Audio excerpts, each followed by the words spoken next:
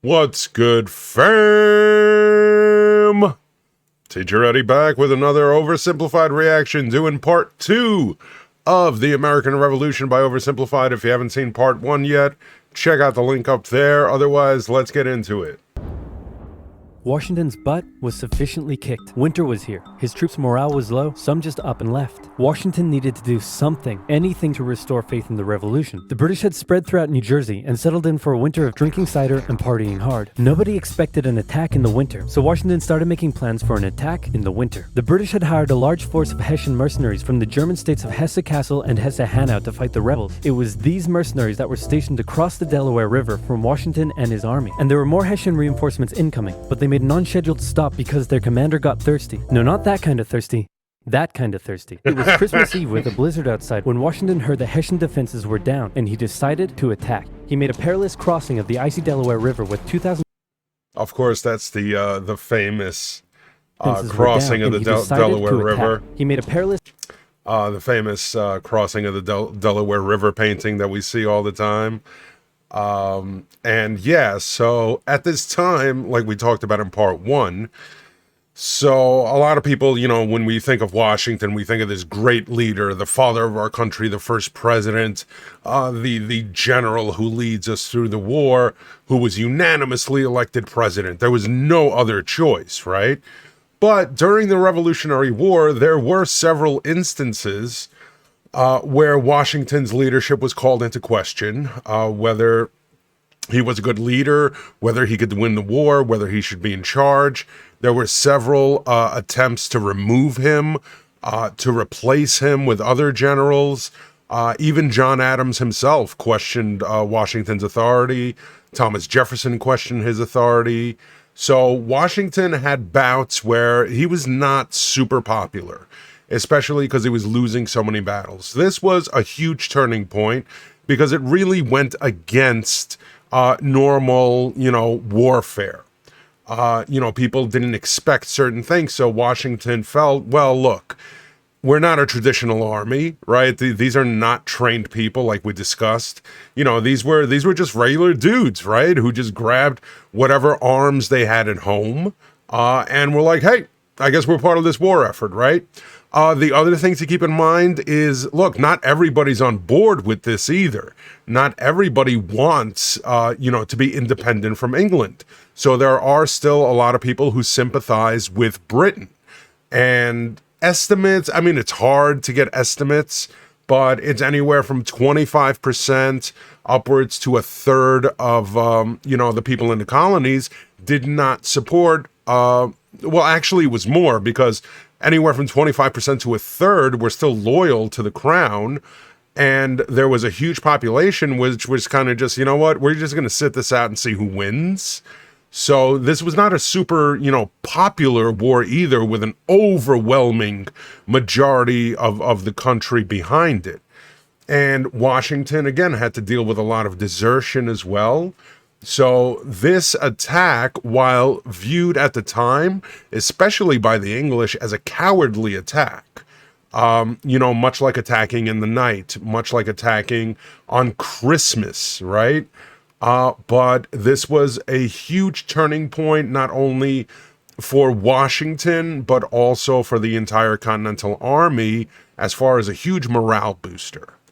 This crossing of the icy Delaware River with 2,400 men and marched 9 miles to Trenton, where he caught the Hessian forces completely off guard. After a short but fierce battle, the Hessians surrendered in... I'm just gonna say now, man, Washington was tough as nails, but I'm not sure if he would invade Trenton now.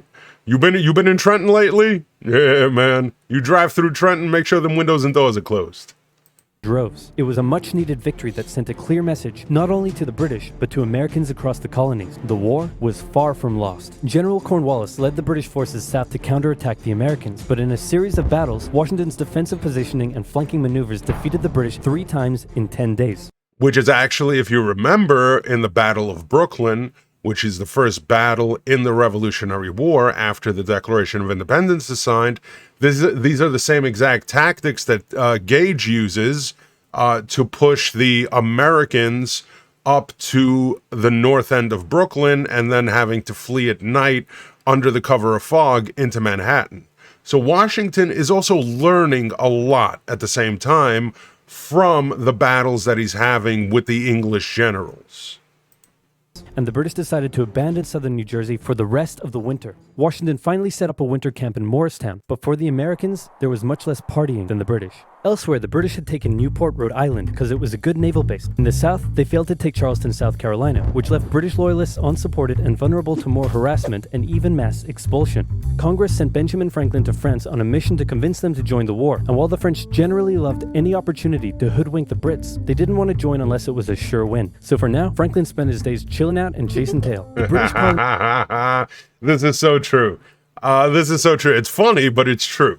So this is around 1778, okay? So still fairly early on in the war, about 2 years into the war. Franklin, again, not just at this time, but even before, Franklin is probably the most beloved and respected of the founding fathers at this time. Maybe second only to Washington, but that's very debatable. You really can't put a price tag on the impact that Benjamin Franklin had on the entire independence movement, because he had already been so respected by so many people, not just in the colonies, but also, again, in France, overseas. He's known. So when he goes over to France in 1778, France, remember, the whole reason really why the revolution kicks off is because England is trying to recoup money that it had spent during the 7 Years' War, which was against France. So obviously France is really kind of into, some payback? Hells yeah, but we want to make sure we got, we're betting on the sure thing here. So this is also around the time, for those of you who are my ERB fans, that Benjamin Franklin meets Voltaire, okay? And him and Voltaire really kick it off. Later on, Benjamin Franklin is joined by John Adams, and talk about a fucking party pooper. John Adams was so disillusioned with what Franklin and especially Voltaire were doing, and he wrote something either in a letter to his wife or to somebody, but he said that basically, like, watching the two of these guys, like, it was so disappointing to him. Because they really weren't living up to what he felt the proper standards were for diplomats and philosophers, right? Didn't want to join unless it was a sure win. So for now, Franklin spent his days chilling out and chasing tail. The British Parliament couldn't believe the war wasn't over yet, and the pressure was on to end it. So the British came up with a plan. General Burgoyne in Montreal and General William Howe in New York would advance through the Hudson Valley and meet in the middle, splitting the colonies in two, and thus screwing over the American communication lines. Burgoyne began his movement south, and after taking Fort Ticonderoga quite easily, he then came across heavy American resistance, so he sent Howe a dingle-dongle asking if he'd be showing up anytime soon. Meanwhile, Howe had completely abandoned the plan and gone for all-out personal glory by capturing the American capital, Philadelphia. He defeated Washington and his army at Brandywine Creek by using the old hit him with a decoy and flank him from behind tactic, and Philadelphia was now in British hands, forcing Congress to escape to York. But Burgoyne was... And this was a big, big coup for the English. Because again, there's no Washington, meaning, D.C. yet. There's no capital, right? There's no president. There's nothing like that. We're still fighting the good fight. So the capital was still in Philadelphia, but then eventually moves to New York. And even when Washington is elected president, he's still working out of New York. He doesn't live in D.C. because Washington, the Capitol building, is still being built.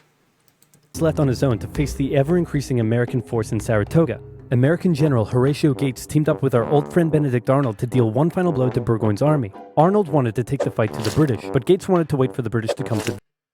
Gates was not much better than Benedict Arnold as far as being a petulant child.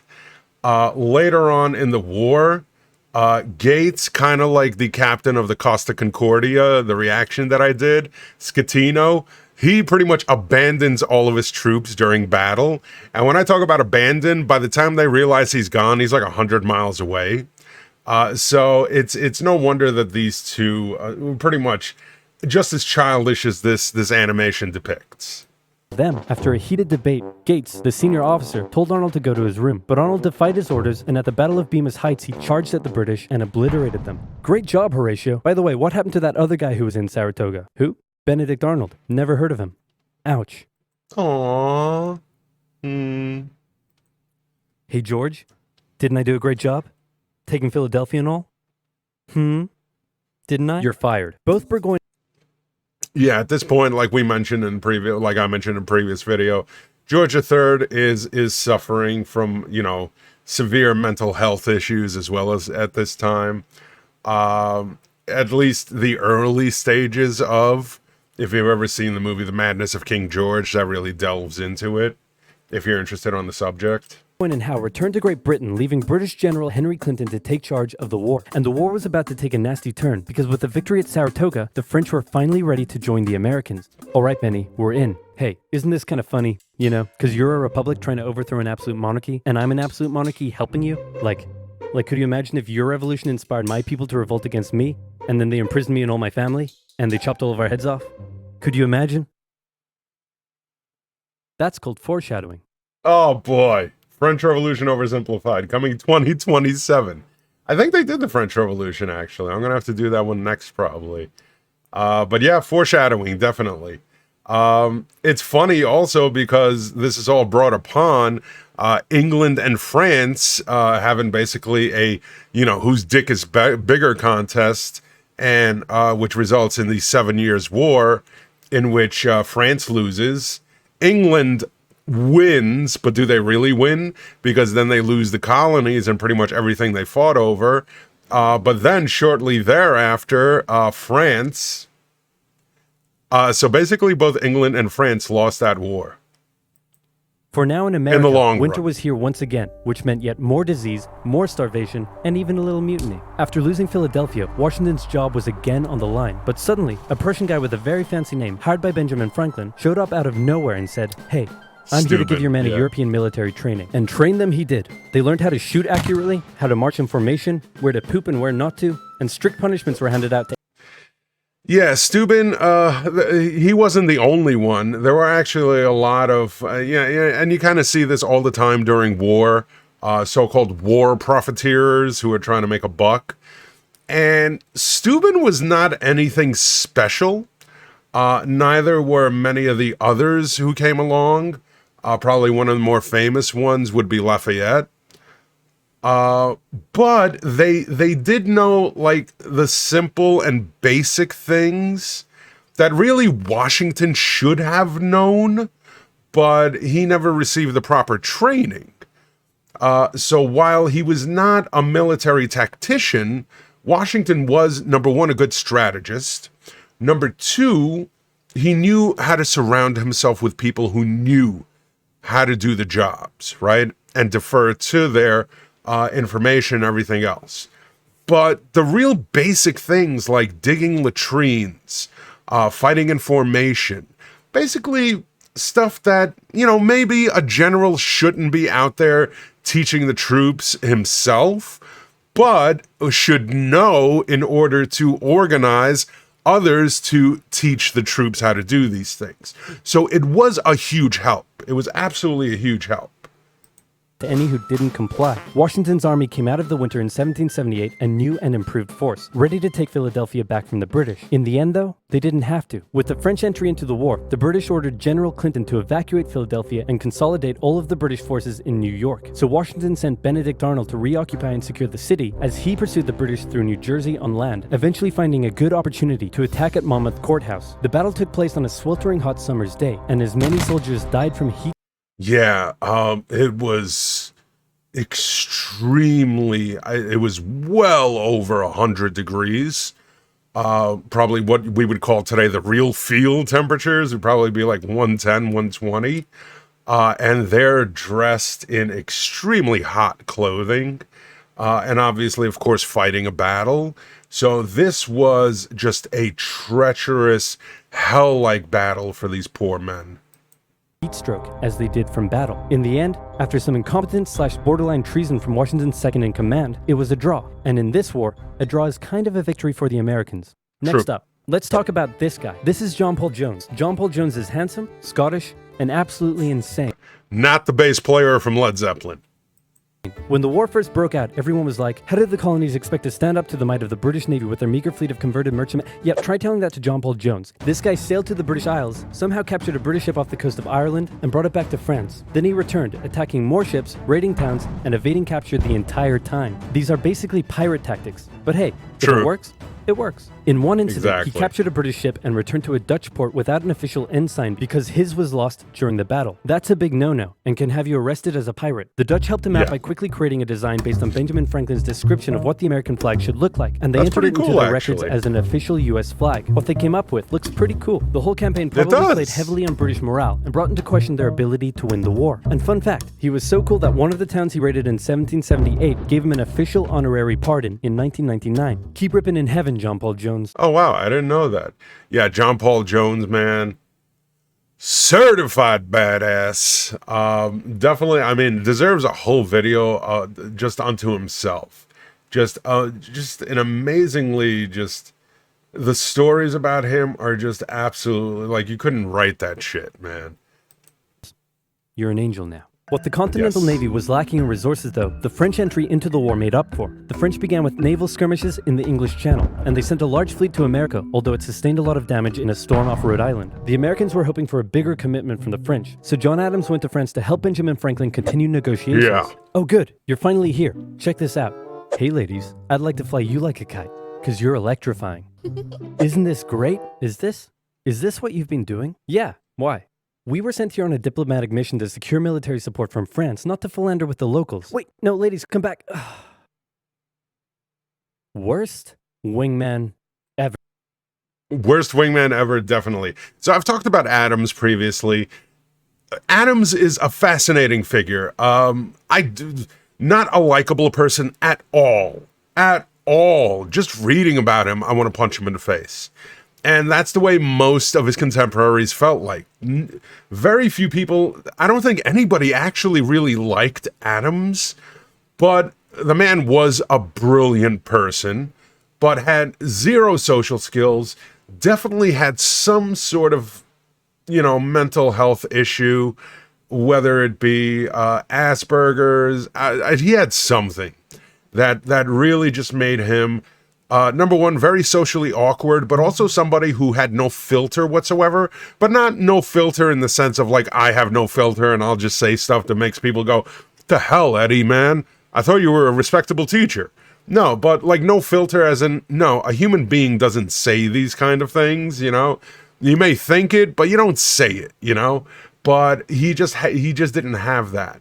So when Adams goes over there, yes, he's very disillusioned with Franklin.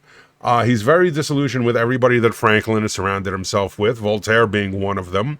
But at the same time, this is not to say that Franklin was just over there, dipping his wick in the sugar walls and drinking and all that stuff. Yes, he was. But at the same time, what Franklin had that Adams didn't have was personality, charm, charisma, and able to get people to like him. So Franklin was a huge influence in the French joining the war. And again, this is without the French, more likely than not, America does not become America. Okay? Because the biggest thing aside from the French forces is the French Navy. Because remember, England's biggest might was its Navy. America, forget about a navy, they had absolutely nothing when it came to fighting on the waters. So the French Navy was just a major coup for the Americans, and Franklin was mostly responsible for that, as well as for many other things that happened later on, especially once the English do sue for peace. The Treaty of Paris, Franklin plays a huge part in the Treaty of Paris. So it's not quite like it's depicted here, like Adams goes over there and he's like, the fuck, Franklin? You just going balls deep in these French whores here? What are you sitting here just draw me like one of your French women, Franklin? But the Americans would get some more help. The Dutch provided aid, although they never formed an official alliance. More significantly, though, the Spanish, who had already been providing aid, officially joined the war in June 1779. They would provide support in the Midwest and the Gulf Coast, campaigns that heavily impacted the Native American tribes in those areas. Both sides actually enlisted the help of Native American tribes throughout the war, sometimes even pitting those tribes against each other. In the summer of 1779, after a series of raids against the Americans by the Iroquois, Washington organized an expedition that burned down more than 40 villages, forcing the tribes to relocate to Canada for British protection. And another group that shouldn't go unmentioned were African Americans, both free and enslaved. They joined both sides of the war, hoping to gain their freedom. But afterwards, many were simply returned to slavery, particularly... Yeah, so this is one of the most, if not the most, of course, depressing parts of especially early American history is slavery and the treatment of Native Americans, which is going to continue for a long, long, long time, right? So the British approached this because the British make slavery illegal way before the Americans do. So the British were definitely much further ahead when it came to this topic than the Americans would be. And the British promised, again, African Americans complete freedom, which they said they would not get from the Americans, which was true, unfortunately. And the same thing for the Native Americans. They said, look, man, these people are the ones who are taking all your land. We're not going to be like that. So they did draw a lot of sympathy from Native Americans, as well as African Americans. But unfortunately, both sides basically played them at the end anyway. But the reason most of them go to Canada, and a lot of freed slaves, when they do run, especially to the north, a lot of them do run to Canada, because again, in Canada, it was much more lax. There were many more sympathizers than there were in the States, even though the North was viewed as abolitionist and everything else. They still wanted to flee to Canada instead.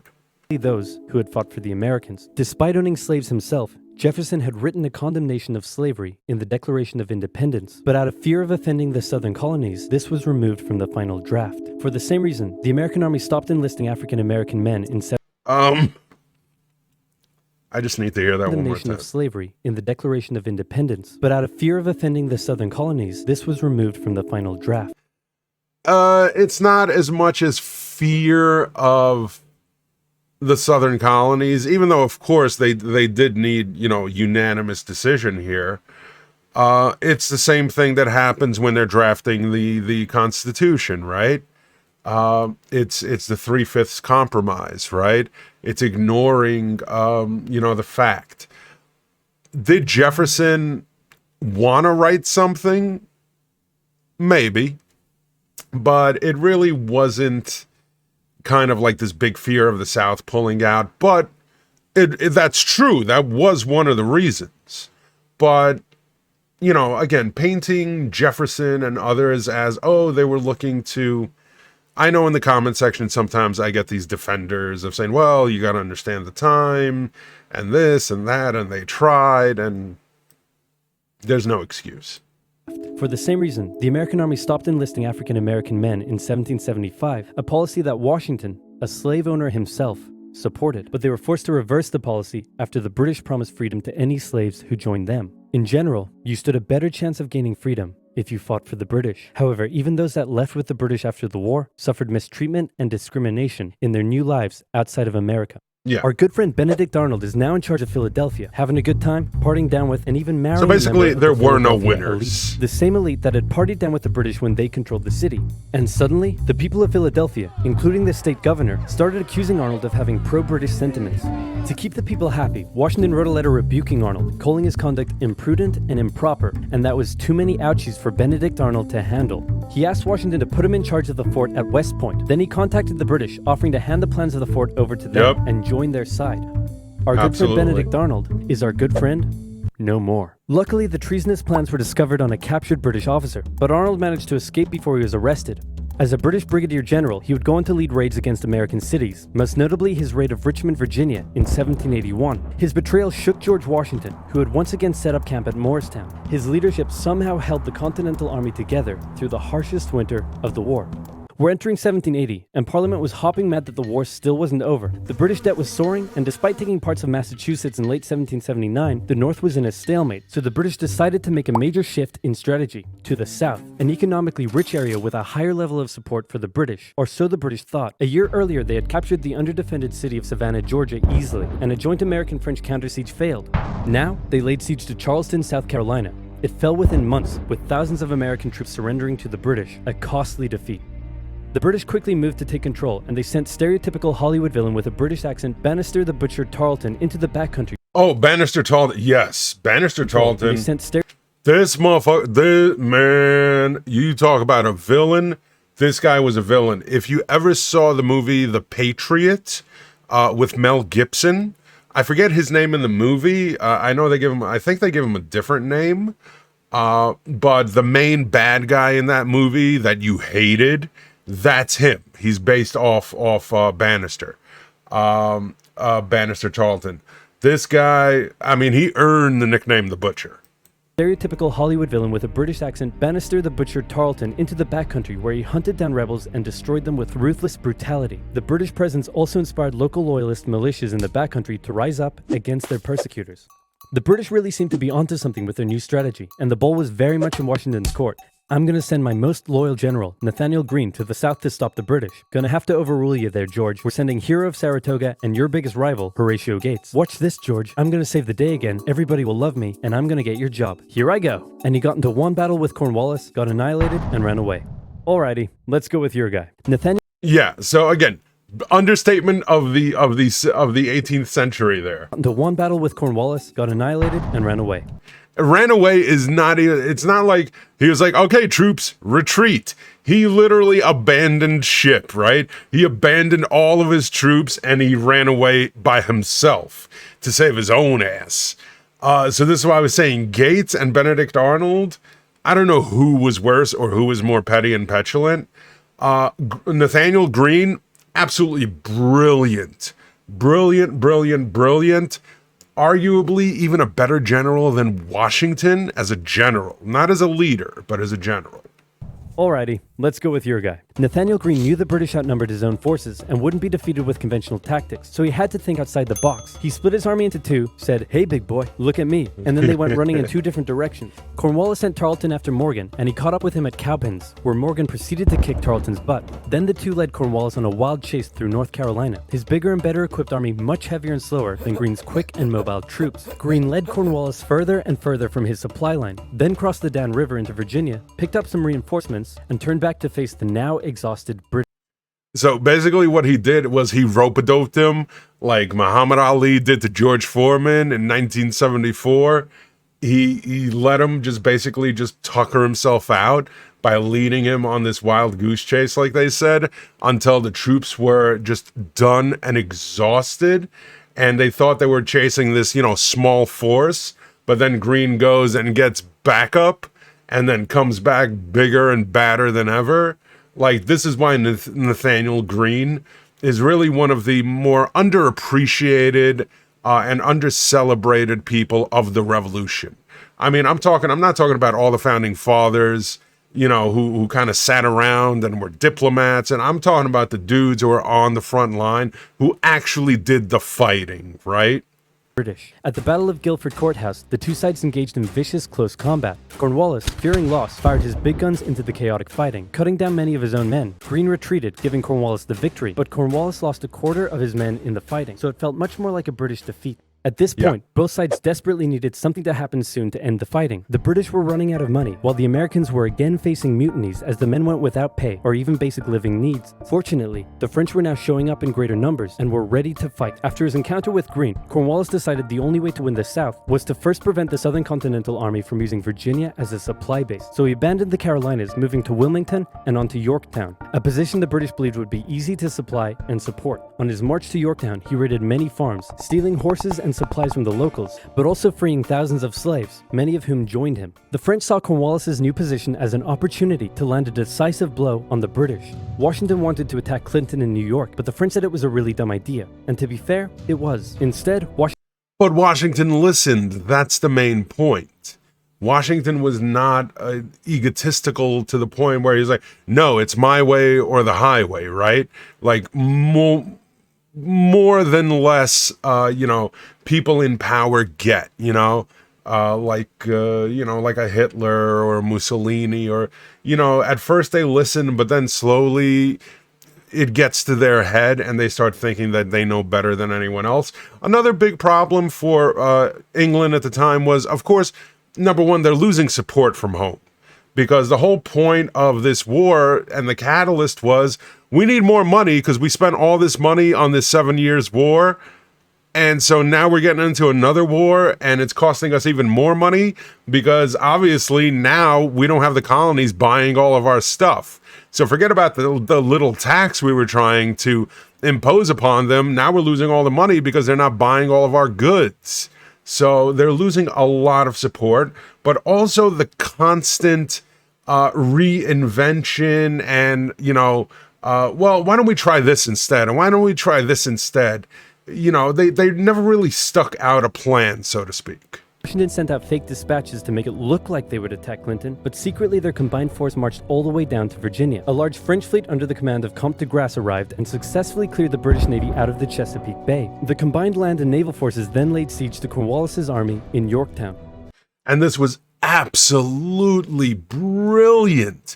If you ever watch a TV show, Washington, I think it was Ring of Spies or something like that, Washington Spies, that was the whole point. I mean, this was one of the things that Washington was brilliant at, and that was the art of deception. Like, he was absolutely just heads above the rest when it came to that, deceiving the enemy, so to speak. So, yes, Washington's original plan of invading New York, bad idea. But making them think that they were going to invade New York, then using the French Navy to, get the British Navy out of there and then surround Cornwallis, this was the fatal blow, basically.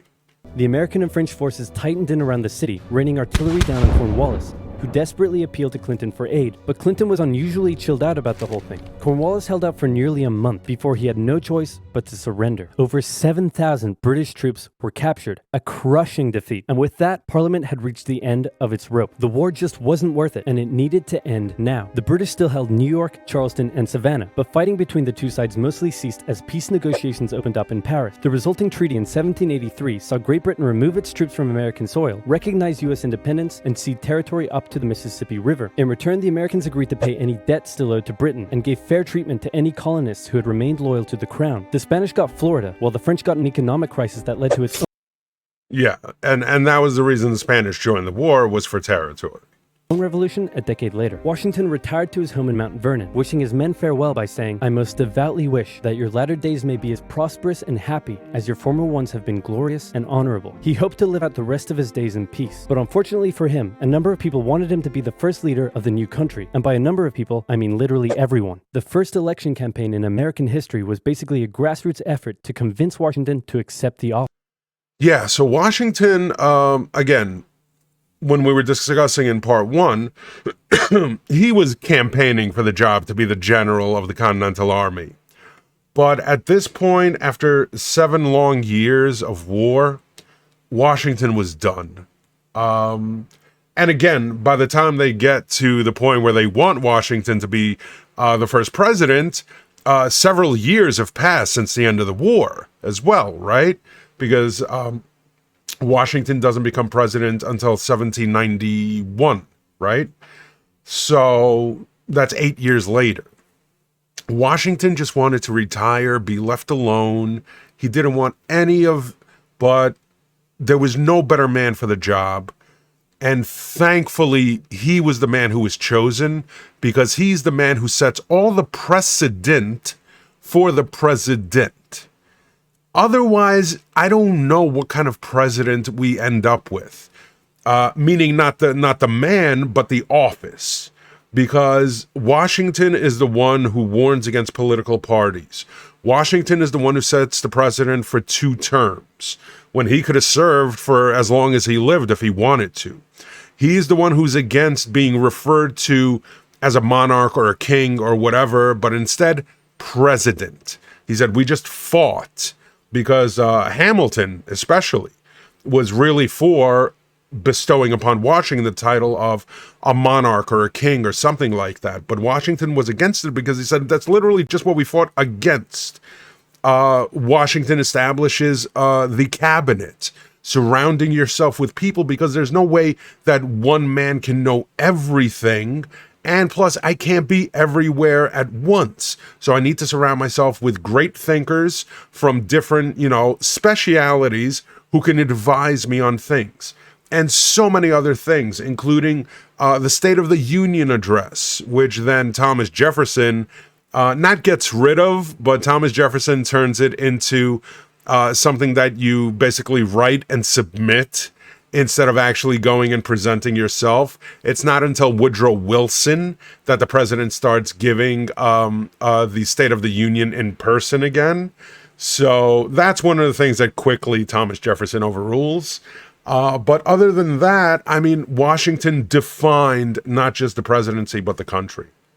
Office. He was sworn in on April 30th, 1789, and he himself established many of the standards and limitations of what the American leader should be. First of all, there was debate on what he should be called. Is he a king? Is he our glorious leader? In the end, they went for a word that at the time was pretty modest. President, like the president of your local bowling club or office bake sale committee. He set up a cabinet of expert advisors, knowing that no president could know everything, no matter how much of a stable genius they claimed to be. He proposed major legislation to Congress and gave an annual State of the Union address to keep his own power in check. He stated that the U.S. should remain neutral in foreign conflicts, and in the end, he voluntarily gave up his power after just 2 terms. He could have made the presidency anything he wanted, but his careful and cautious actions helped set the precedent of an office that is powerful in its limitations, decisive through its diplomacy, and respected in its humility. And so the United States was born, and everything was perfect. It had no problems, not a single one. Certainly nothing that would, cause such an extreme divide that it would lead to a civil war.